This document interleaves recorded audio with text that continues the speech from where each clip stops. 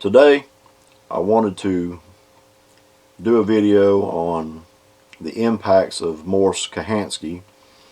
Not really a tribute video, more or less some topics of discussion, some thoughts on where his life was at towards the end. So hang with us.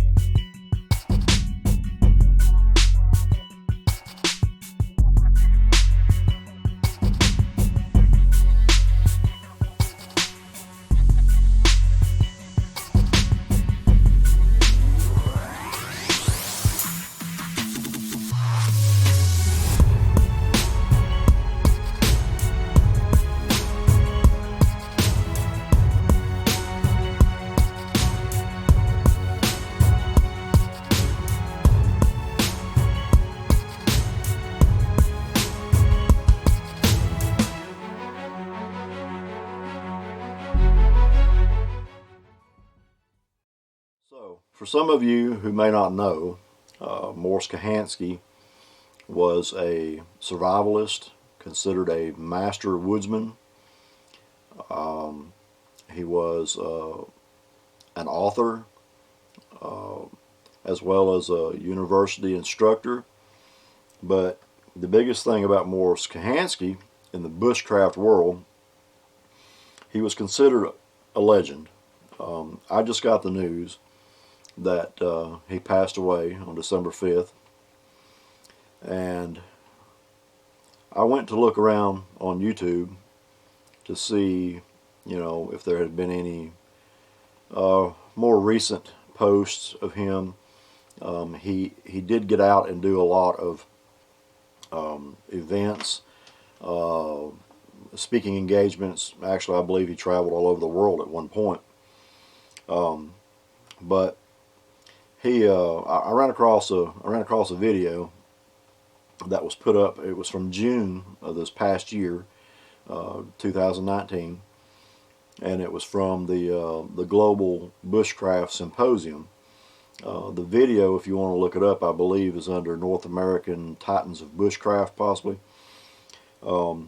It's a really good video. It's probably about an hour and a half long, but there's some very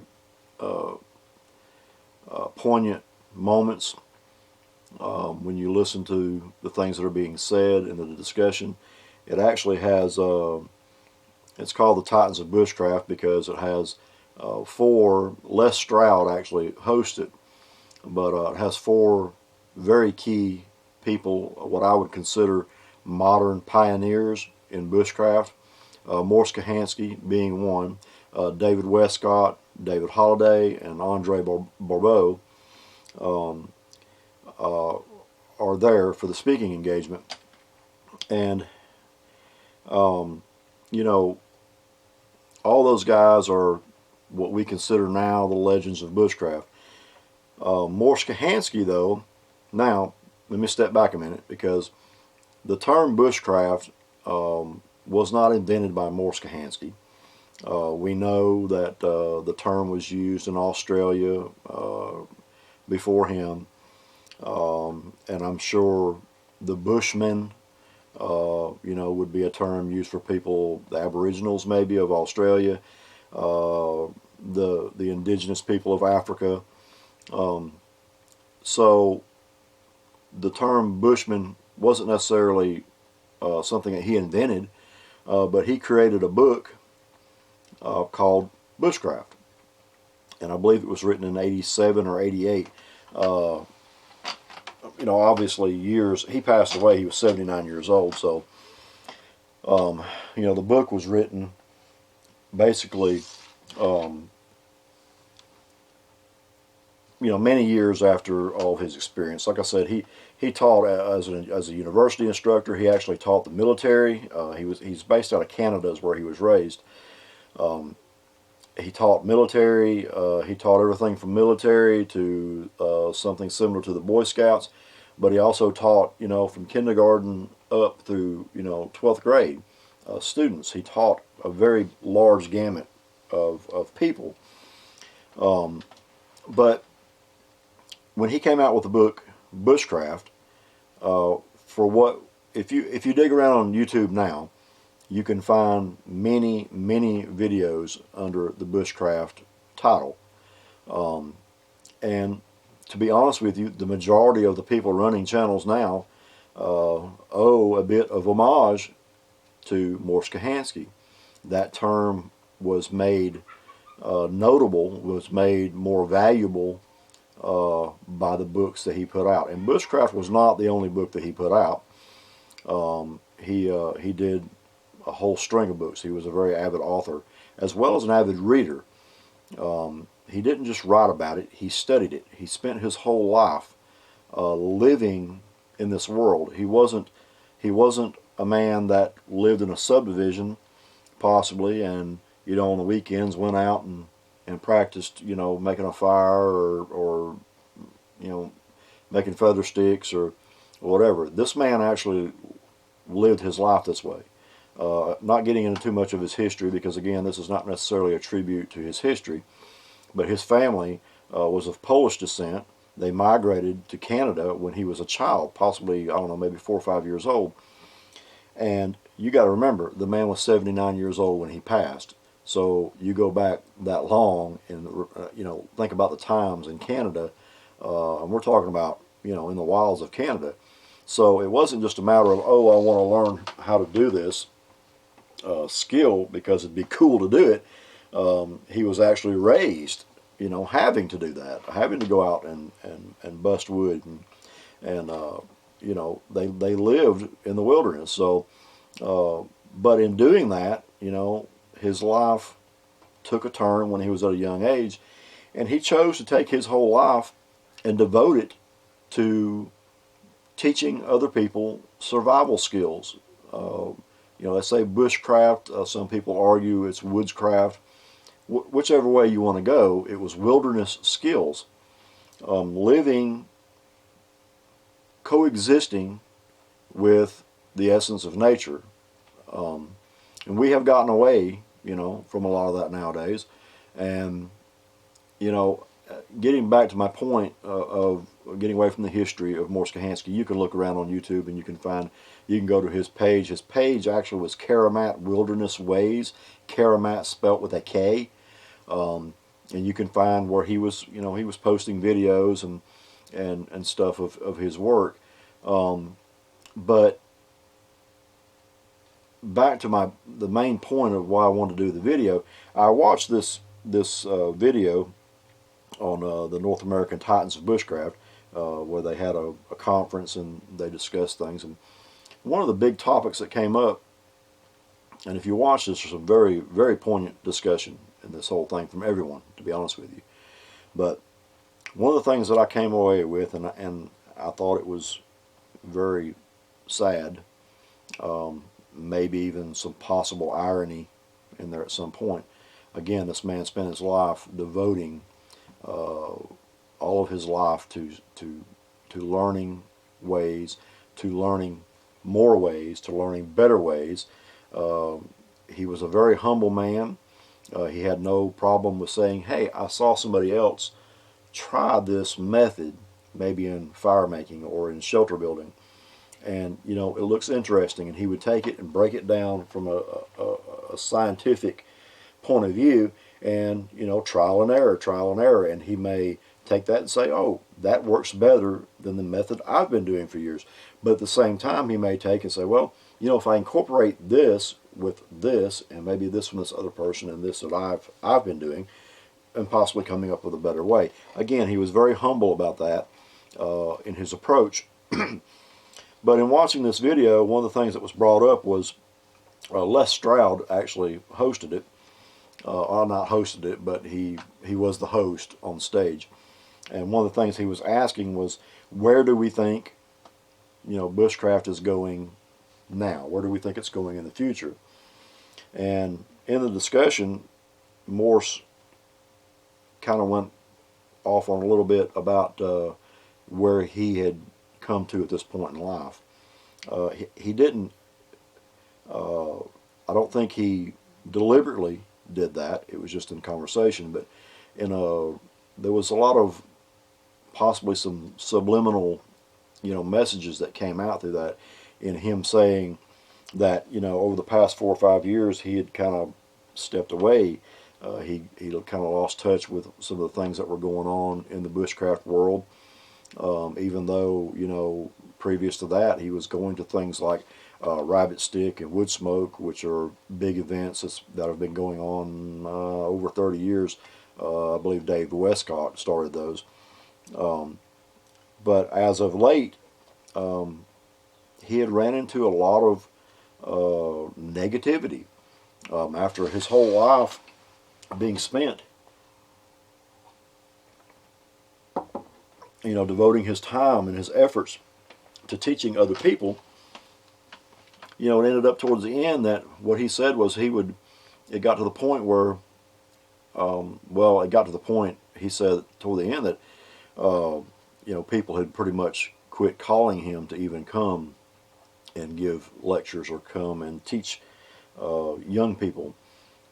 He went off on a little piece there about the processes of modern education, which was a very poignant point, and which is heavily what I want to make the video about. But in public school system, education, we think of, as he stated, a physical education teacher is expected to teach the outdoors to children, but what they end up doing is, what do they teach? They teach soccer, they teach football, they teach baseball, they teach the sports.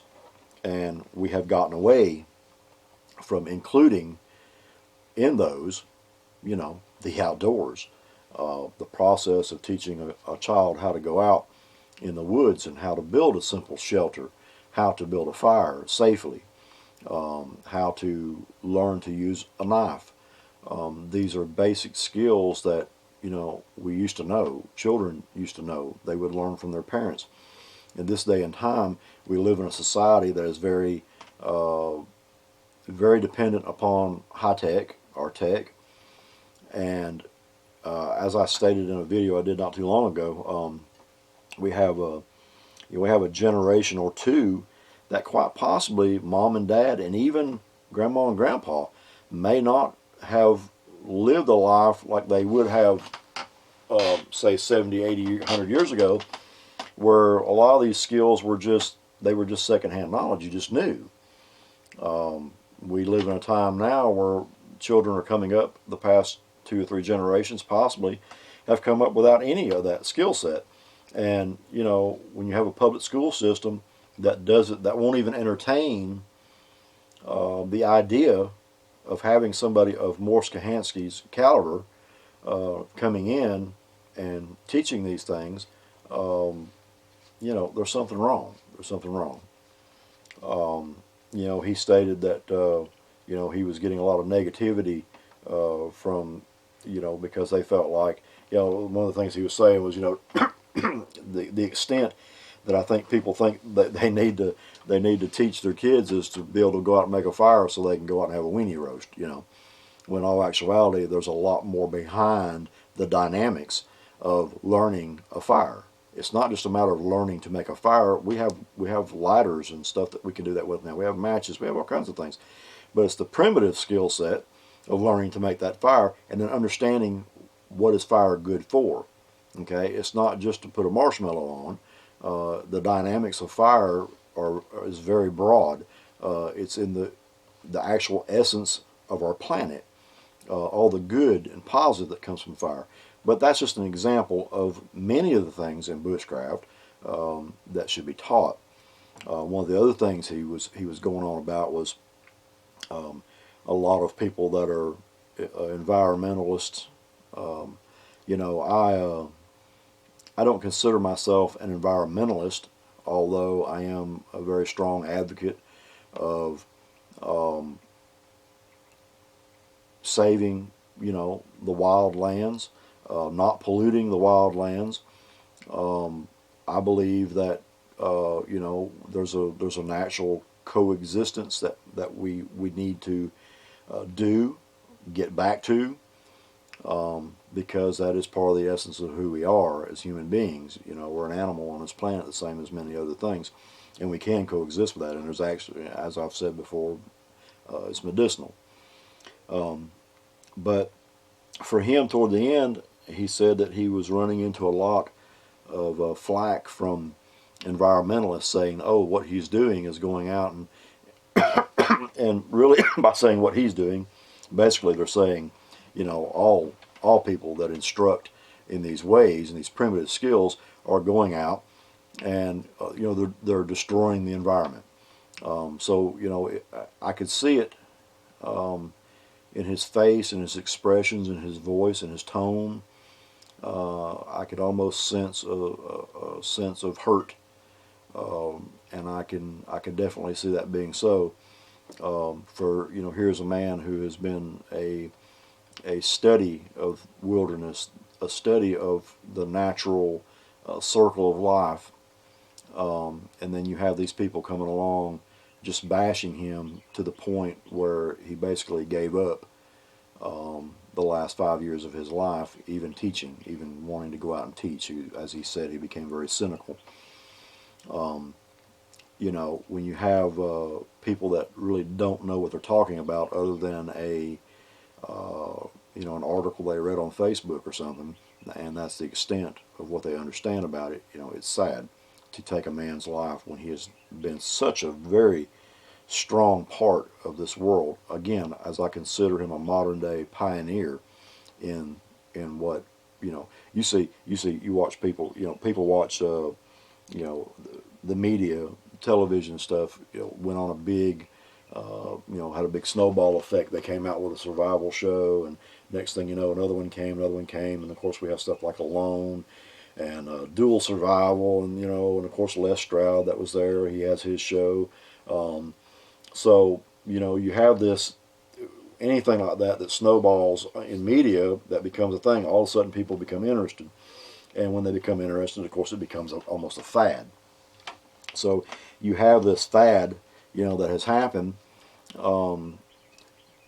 but you know, and people think they know everything there is to know about it. You know, they think they know everything there is to you know, the whole makeup of everything, when if they haven't lived it and they haven't gone out and existed in it, then they really don't. And here this man is, you know, getting beat down and not even being welcomed much anymore to teach something that is so core and basic, should be a part of our, not just our education, but it should be a part of our hearts, a part of where you know, to have that natural connection. So anyway, you know, if you want to, you can leave your opinion, your comment on this, on where you think, you know, we're going, and not just where you think we're going, but you know, why. I mean, my automatic opinion, of course, is, you know, we're living in an age of high tech, and people are very, their information, they think they're information starved. It's like taking a person that's starving to death, and you put information in front of them, and they read it, but they move to the next. They need more, they need more, they need more, and they don't take the time to take the first thing that they learned and evaluate it deeply.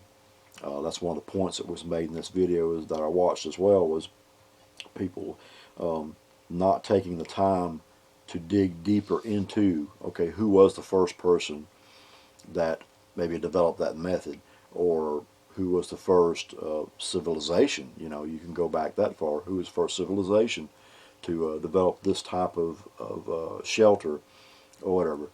These things are important. Just to take and say, oh, well, I know how to do this, and there you go. You don't. It's not in your heart. It never makes it into your heart. And if it doesn't make it into your heart, then how are you going to be passionate about keeping it alive? Be passionate about passing it on to your children or your grandchildren? The passion alone, when you show somebody something and you teach them, you're showing them the hands-on. You're showing them, okay, this is how you do this, this is how you do this. But the passion is infectious. The passion bleeds over, and that person could possibly very easily become passionate about it as well. And the passion will keep it alive. And hopefully, we can keep that passion alive and well by passing it on to our children and letting them see that, it's not, don't jump on the bandwagon, these are valuable things. It's valuable to know how to connect, how to get that medicine from nature, how to get that medicine, that medicinal, psychological healing that comes from it.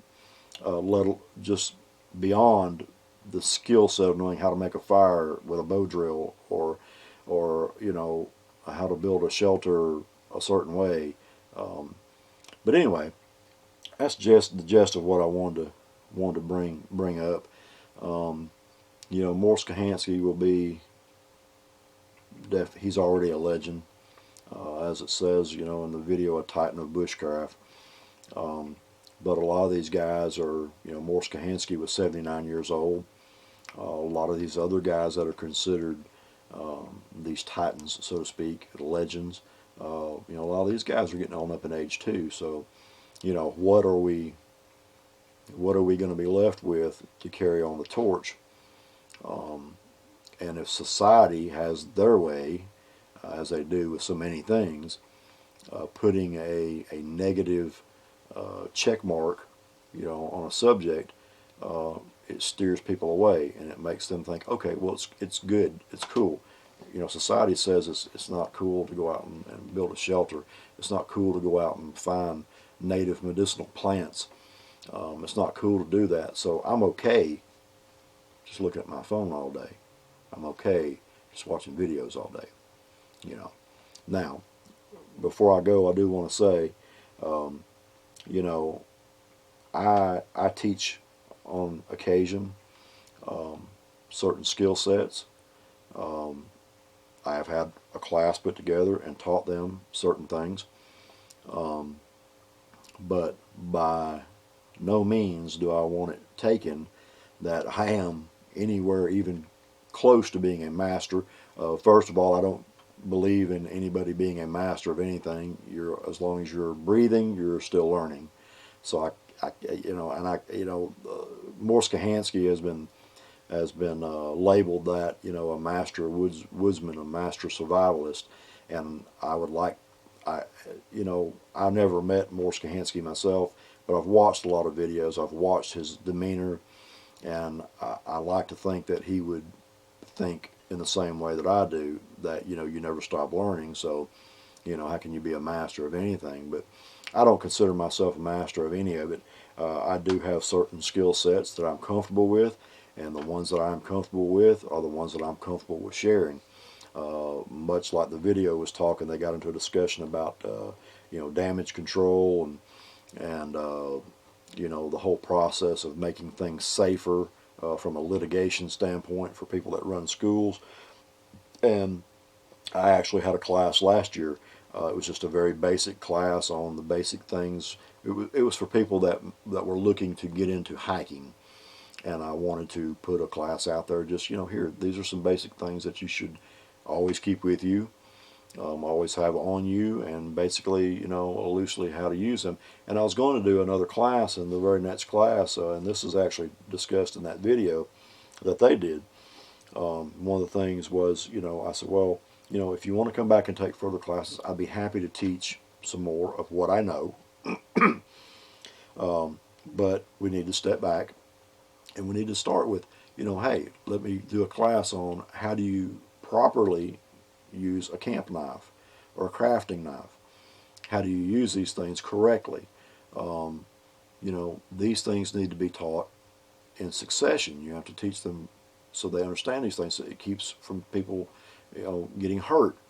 And you know, oddly enough, you know, when I put that out, you know, people don't want to come back for that. They don't want to come back and just take, you know, just to understand the basics of how to use a knife safely. They don't want to come back, and they want to see that spark and see you make a fire, and they want to be able to do that, but they don't want to learn, you know, the safety behind it. How do you make a safe fire? How do you evaluate your area that you're going to set up camp in? You know, these things that keep you safe. You know, they don't want to do that. So, you know, and you know, if they don't, and I even went so, you know, to be so strong about it, saying, you know, if you don't take this, then I'm not furthering you in any more classes. And I think that's the way it should be. But anyway, back to what I was saying, you know, I do teach, but I do not consider myself, you won't find me doing enormous videos on, you know, how to be the next, you know, Superman in the woods, because that's not me. I teach what I'm comfortable with. I will pass the knowledge that I learn on to you, but I am always learning. I know not nearly enough. I've never went to the boreal forest and lived for 30 days or 2 months. I've never done that. So why would I go out and pretend like I had? So I teach what I'm comfortable with. I'm glad to pass on any of my knowledge to anyone, whether it's in bushcraft or anything. I do photography, I do video work. I was an equipment builder, a welder, fabricator, millwright for several years. You know, these are all things I'm comfortable with. You know, it's no different from that. I'll help you with what I know. But anyway, so, you know, rest in peace to Mors Kochanski. Hopefully, as cynical as he was about the state of things, and obviously as hurt as I could see that he was, with how things have gone over the past few years, hopefully he left this world knowing that he did leave a legacy, that there are plenty of people that appreciated what he did, and you know, to coin his phrase, the more you learn, the less you carry. Hopefully he wasn't carrying too much heading to the other side. So, rest in peace, Mors Kochanski. Again, if you want to discuss this, you're welcome to leave a comment. I may make some more videos on subject matter like this. If you don't care, you know, subscribe to the page, hang out with us. We do a whole lot more than just survival skills and such as that. So, so thank you for hanging out with us. And if you don't know Mors Kochanski, please go look him up. Buy any one of his books. There is a wealth and a well of knowledge in there that is will definitely get you headed down the right path and with a good mindset. So we appreciate it. Have a good day.